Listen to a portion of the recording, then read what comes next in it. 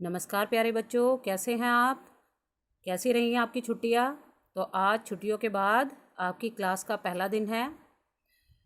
तो आपने देखा था कि पिछली क्लास में हमने आपको छोटे छोटे से प्रश्न दिए थे। तो आज उसी क्रम में आगे बढ़ते हुए हम अपने पाठ को आगे बढ़ाते हैं और 6 प्रश्न आपके हो चुके थे। तो आज हम 7वें प्रश्न से आगे चलेंगे। तो 7वां प्रश्न है, कविता में रामायण के कौन कौन से पात्रों के नाम आए हैं? वह इन पात्रों का संक्षिप्त परिचय दीजिए। तो उत्तर है, कविता में रामायण से राम, कौशल्या व ताड़का के नाम आए हैं। पात्र परिचय। अब देखिए कि इन पात्रों के बारे में कि ये कौन थे। राम अयोध्या के राजा दशरथ के सबसे बड़े पुत्र थे। कौशल्या राजा दशरथ की पत्नी व राम की माता थी। ताड़का एक राक्षसी तथा राक्षस सुड की पत्नी व सुबाहु तथा मारीच की माता थी।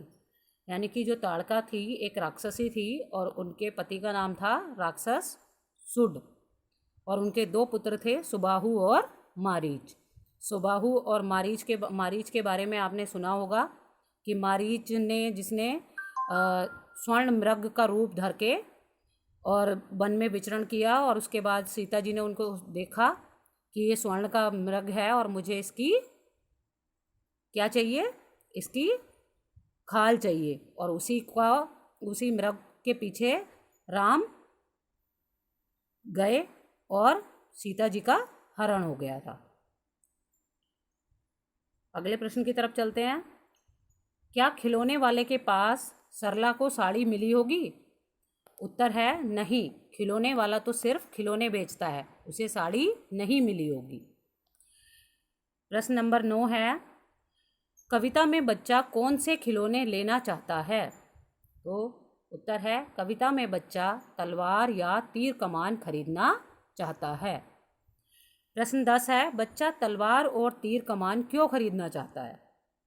तो उत्तर है, ऋषि मुनि यज्ञ कर सकें इसीलिए वह राम की तरह असुरों और राक्षसों को मारना चाहता है, इसीलिए बच्चा तलवार और तीर कमान खरीदना चाहता है।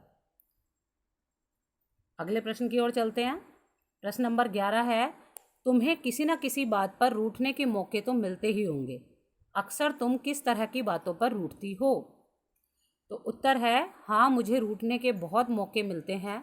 जब मम्मी मुझे सुबह ज़्यादा देर सोने नहीं देती, जब मुझे थोड़ी अधिक देर खेलने नहीं देते, मुझे मेरी पसंद की चीज़ें नहीं देते और जब मुझे डांट पड़ती है। कई बार मेरे भाई बहन या दोस्त बिना पूछे मेरी चीज़ ले लेते हैं, तब भी मैं उनसे रूठ जाती हूँ। एक बात और मज़ेदार है, जब मेरे दोस्त खेलते हुए मेरी बात नहीं मानते तब भी मैं उनसे रूठ जाती हूँ। तो इसमें से 2 या 3 कारण आप लिख सकते हैं।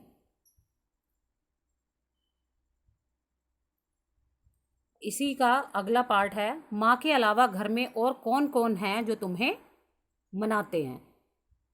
तो घर पर मेरी माँ के अलावा मुझे दादाजी, दादी जी, पिताजी, चाचा जी, चाची जी, ताया जी, ताई जी और भाई बहन मना लेते हैं। प्रश्न नंबर 12 है, तुम्हें रामलीला के जरिए या फिर किसी कहानी के जरिए रामचंद्र जी के बारे में जाना समझा होगा, तुम्हें उनकी कौन सी बातें अच्छी लगी? तो उत्तर है, श्री रामचंद्र जी आज्ञाकारी थे। वे अपनी माता की आज्ञा का पालन करने के लिए, माता पिता की आज्ञा का पालन करने के लिए वनवास चले गए थे। अपने भाई भरत के राजा बनने से वो विचलित नहीं हुए और सहनशील बने रहे। उनकी दयालुता का पता इस बात से चलता है कि उन्होंने शबरी के जूठे बेर भी खा लिए थे। वह एक सत्य प्रिय राजा भी थे। मुझे उनकी यह सब बातें बहुत अच्छी लगी। इसके अलावा भी अगर आपको रामचंद्र जी के बारे में कोई बात अच्छी लगती है तो वो आप लिख सकते हैं। यहाँ इस प्रश्न में थोड़ा सा करेक्शन कीजिएगा कि श्री रामचंद्र जी आज्ञाकारी थे, वे अपनी माता पिता की आज्ञा का पालन करने के लिए वनवास चले गए थे। यहाँ पिता शब्द छूट गया है, माता पिता की आज्ञा का पालन करने के लिए वनवास चले गए थे। तो आज के क्लास यहीं तक। आपको ये सारे प्रश्न अच्छे से पढ़ के समझकर और अपनी कॉपी में सुंदर सुंदर सुस्पष्ट रूप से लिखने हैं।